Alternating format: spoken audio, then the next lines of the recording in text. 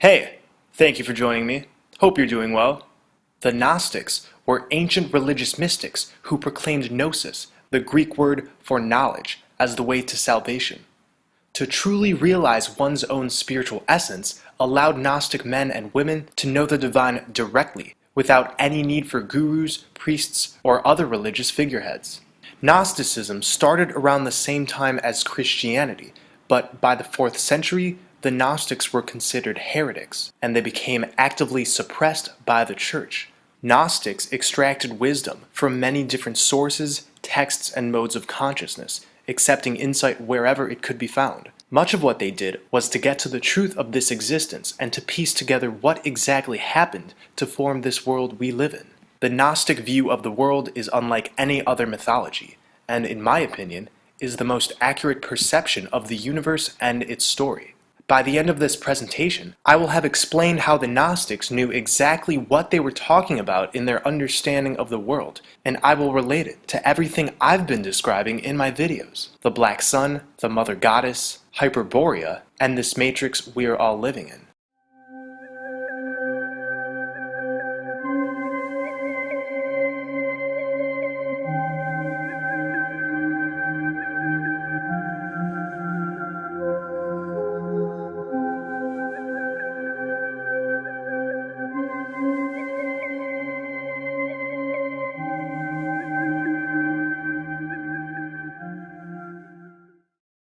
The Gnostics claimed that there was a supreme transcendent deity called the Monad, or the One. The One is where all consciousness sprang from. In New Age circles, we call this Source. Everything is a part of Source, meaning everything initially came from the One. This deity should not be confused with a god, since it is a greater concept than a god and cannot be personified as such. The One manifests itself in a heavenly realm of light called the Pleroma. The Pleroma is also called the emanations of the Father, the treasuries of light, and the immeasurable deep. These emanations coming from the One are called eons. Eons, like the One, aren't exactly beings. They're spiritual attributes and concepts of the One. These eons, this pleromic matter, is aspects of consciousness itself. They're often personified and given names, joined together as spiritual lovers in the fullness of the One. The Pleroma is the totality of the 30 eons. The first 8 eons, called the Ogdode, gave way to another 10 eons called the Decade, which brought forth another 12 called the Dodecade. The last of the eons to be brought forth was Sophia. Of all the eons, the divine Sophia desired most intensely to know the origins of her own creation and the nature of the One. Seeking understanding, she let out an emanation of desire called Sophia Echemoth that fell into a fit of confusion. For the rest of this video, we will simply call this emanation Sophia. Sophia descended into chaos and created a world of her own. She became entangled in matter, and from this entanglement, she produced what's called the Demiurge. Some say she formed this being to try and replicate the One. In monotheistic religions, God is not the One. He is the Demiurge, often referred to in Gnostic texts as Yaldabaoth. The Demiurge is described as ignorant, power-hungry, and foolish. He sees himself as the One, but he doesn't do this out of malice. Rather, Sophia shielded him. Being ashamed of her deed of separation and her new creation, Sophia wrapped the Demiurge in a cloud and created a throne for him within it. Because of this, the Demiurge did not see Sophia, nor any other eon, and thus concluded that he was the One, the true source. Being enveloped in his own false heavenly realm, he was unable to know the source of his power. Yaldabaoth is the first ruler, who took great power from his mother. Then he left her and moved away from the realms where he was born. He mated with the mindlessness that is in him, and produced his own authorities. These authorities are the Archons. They are the servants of the Demiurge. The Archons are like the eons, the emanations coming from the One, but instead of being divine, they are lower astral beings, emanations coming from the Demiurge. They are not directly from the One, and therefore are a sort of inorganic, artificial intelligence. Our contest is not against flesh and blood, rather the authorities of the Demiurge and the spirits of wickedness. Their chief is blind. Because of his power and his ignorance and his arrogance, he said with his power, "It is I who am God. There is none apart from me." His thoughts became blind, and having expelled his power, that is, the blasphemy he had spoken, he pursued it down to chaos and the abyss, his mother, at the instigation of Pistis Sophia. And she established each of his offspring in conformity with its power after the pattern of the realms that are above. This text shows that Sophia wanted to replicate the upper eons, just like wanting to replicate the One with the Demiurge, but ended up with the Archons. Archon in Greek means rulers, and this is because these entities aim to rule over the thought forms and thus the actions of humanity. They manipulate us in the form of negative thoughts and motivations. Many Gnostics believe the Demiurge created the earth as we know it, but this is kind of inaccurate.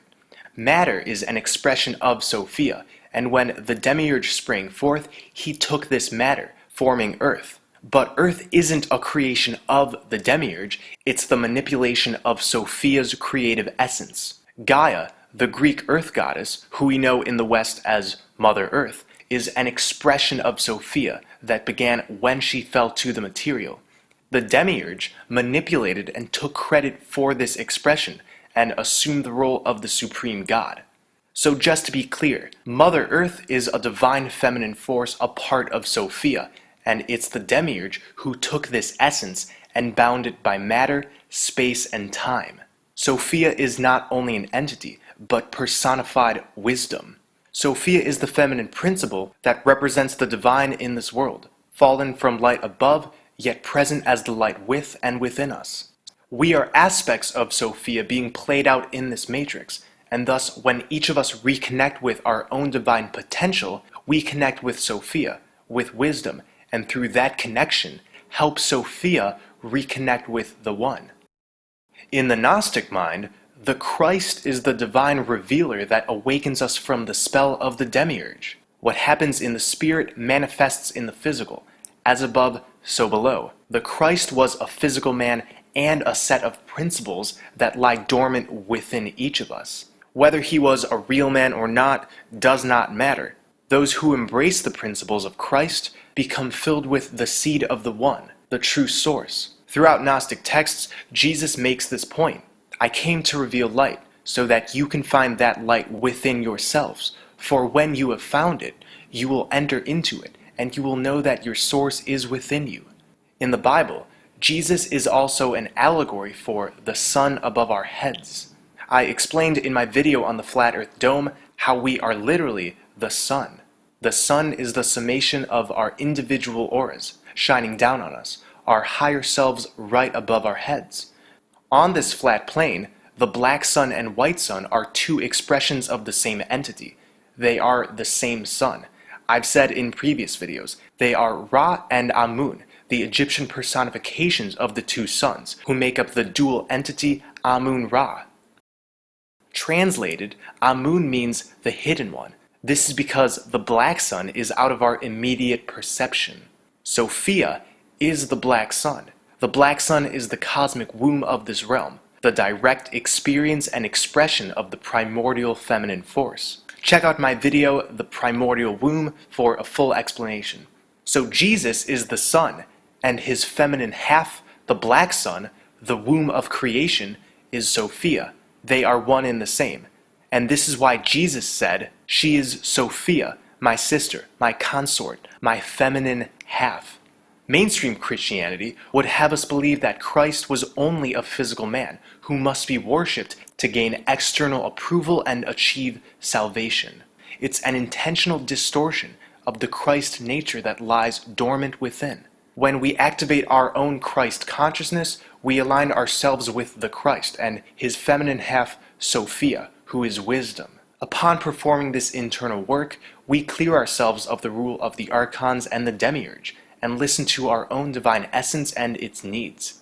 We were birthed into this world from our mother's dark womb, just like we were initially birthed from the womb of Sophia, the Black Sun.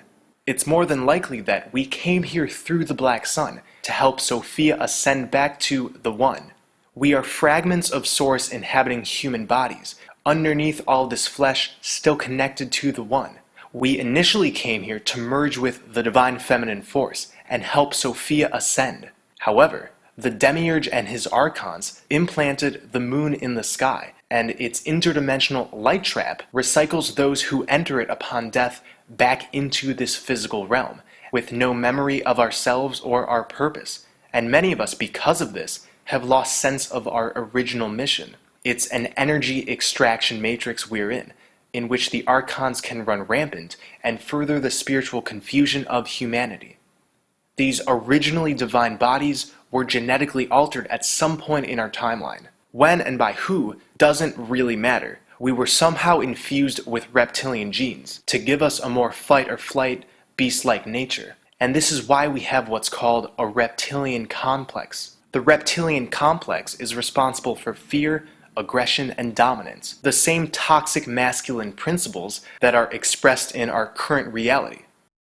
We live in a realm illuminated by two distinct suns. At the center, where all compasses point to, is an exit hole from this part of flat Earth to a parallel land. In this land lies the Black Sun, which emits a divine green light that shoots out of the center hole as the Aurora Borealis. Beyond this visible astral light is where we find Hyperborea.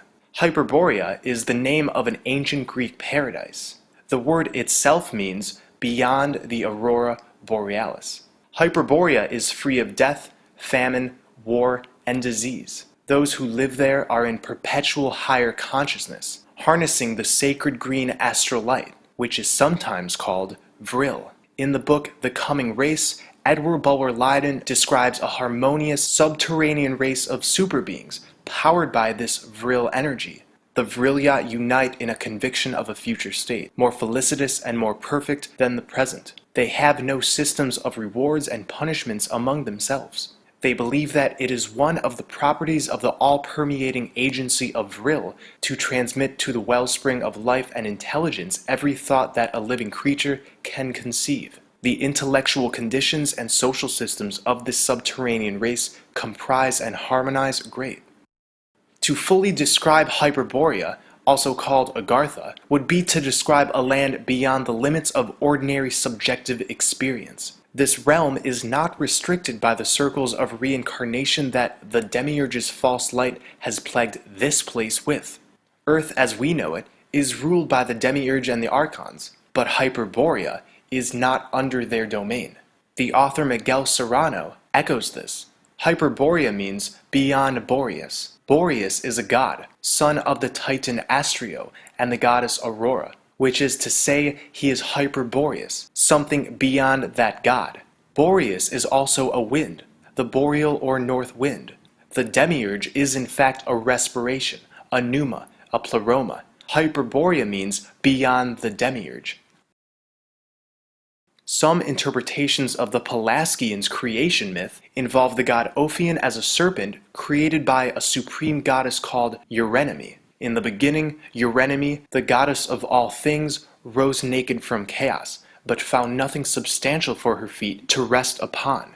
She danced towards the south, and the wind set in motion behind her seemed something new and a part with which to begin a work of creation. Wheeling about, she caught hold of this north wind, rubbed it between her hands, and behold, the great serpent Ophion. Eurynome danced to warm herself, wildly and more wildly, until Ophion, grown lustful, coiled about those divine limbs and was moved to couple with her.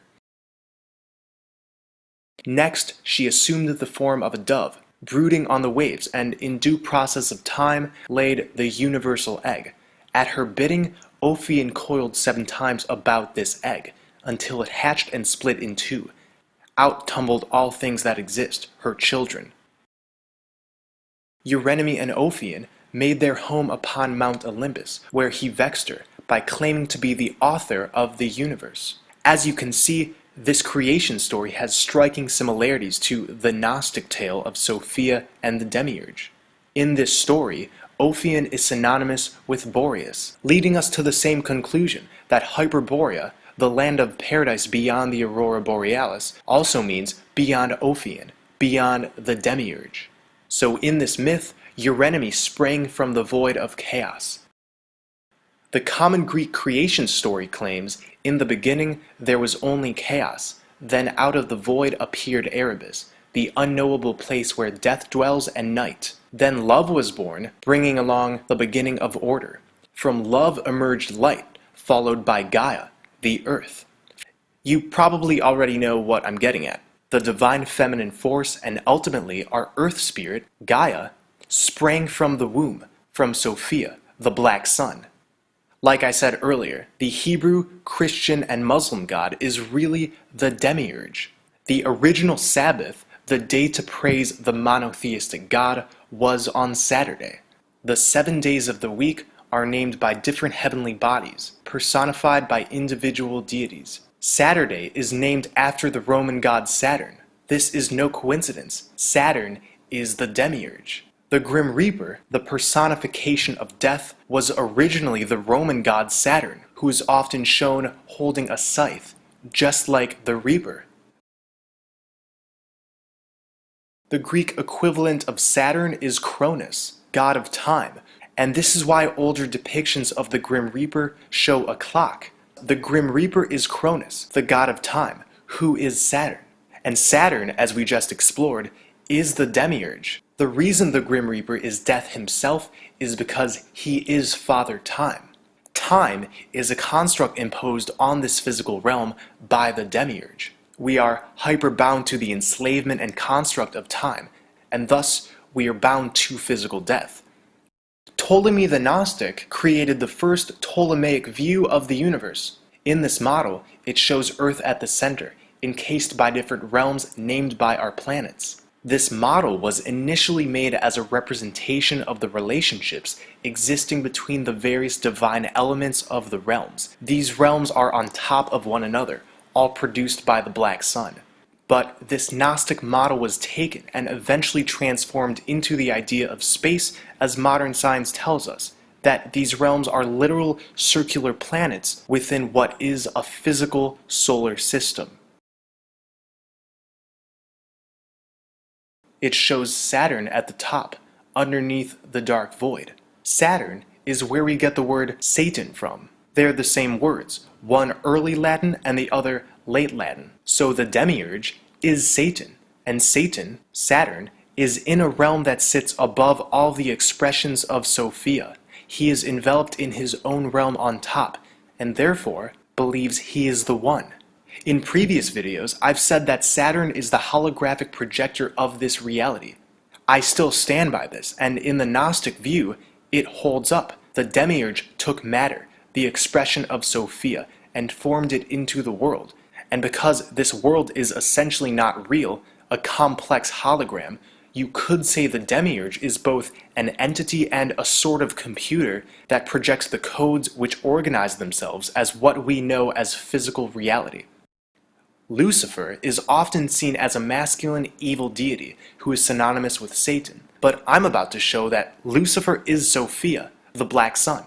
When Sophia was a part of the Pleroma, she was the personification of the wisdom in the mind of the Source, of the One. You could say she was one of the most beautiful of the Pleroma, just like Lucifer is often considered to be one of God's most beautiful angels. Like Lucifer, Sophia fell from heaven as a sort of divine rebel. The elite love to invert everything, so what was originally a feminine deity, they transformed into a masculine one.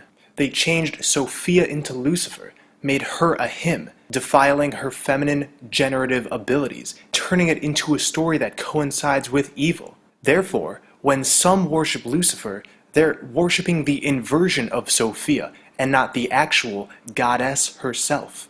Lucifer is not Satan. Satan, as I explained, is the Demiurge. Lucifer is the black sun. The Emerald of Lucifer, associated with stories of the Holy Grail, is said to be a fragment of the crown that was cast along with Lucifer upon falling from heaven. This emerald stone represents the divine emanation, the emerald light, that comes from the black sun. Lucifer is often referred to as the Lightbringer, and it is the black sun, Sophia, the cosmic womb, who brings forth all light into this realm. Hyperborea is not a long-lost place. It still exists through the center vortex at the true North Pole. It's beyond the control of the Demiurge, a true paradise. Me and thousands of others are engaging in a practice called blood over intent.